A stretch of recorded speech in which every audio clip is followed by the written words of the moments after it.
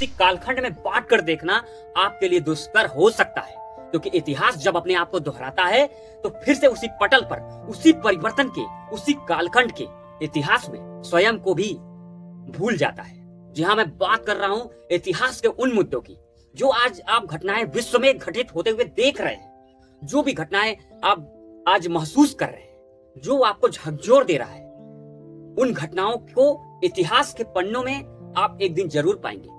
हमारी पीढ़ी आने वाली उससे जरूर सीखेगी और उससे जरूर आगे बढ़ने की कोशिश करेगी। हालांकि हम कभी भी इतिहास को कालखंड में बांट कर नहीं देख सकते हैं, क्योंकि इतिहास अपने आप को स्वयं दोहराता है।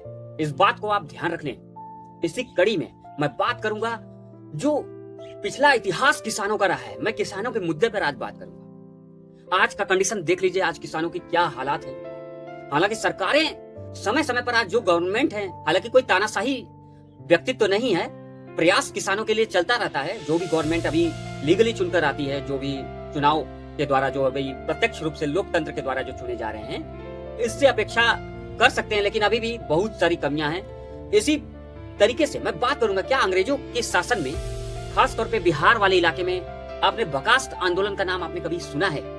अगर सुना है आपने तो कमेंट बॉक्स में आप जाइए, लिखिए इसके बारे में। क्या आप जानते हैं कि ये बकास्त क्या था? देखिए, बकास्त तो जो शब्द है ये निजी जमीन के लिए इस्तेमाल किया गया। जो पिछले 50 सालों से 20 सालों से जो किसान खेती करते हैं, उनको जो जमींदार थे उस समय 1936 के आसपास की मैं बात बता रहा हूँ, जो उस समय के जो जमींदार थे उनको अपना निजी जमीन बता लेते थे और निजी जमीन बताकर वो हड़प लेते थे या अधिकार क्षेत्र में अपने कर लेते थे जो जमींदार।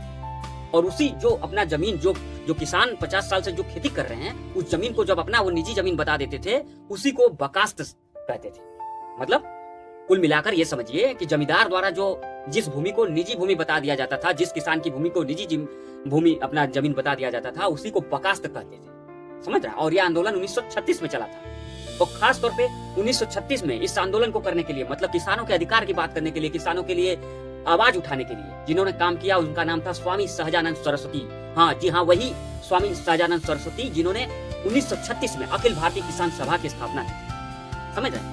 उन्हीं स्वामी सहजानंद सरस्वती और बिहार प्रांतीय किसान सभा के सहयोग से इस आंदोलन को लड़ा गया था। बिहार के खासतौर पे पटना और मुंगेर वाले इलाके में। समझ रहे हैं? ये मुंगेर एक जिला है बिहार का और पटना भी एक जिला है, पटना राजधानी है बिहार का। इस वाले इलाके में ये आंदोलन लड़ा गया था। इसलिए कोई भी क्षेत्रीय बात हो या क्षेत्रीय स्तर का बात हो, चाहे राष्ट्रीय, नेशनल, इंटरनेशनल, कोई भी इतिहास हो, उसका कोई न कोई लाइन किसी किसी संदर्भ में जुड़ा ही रहता है।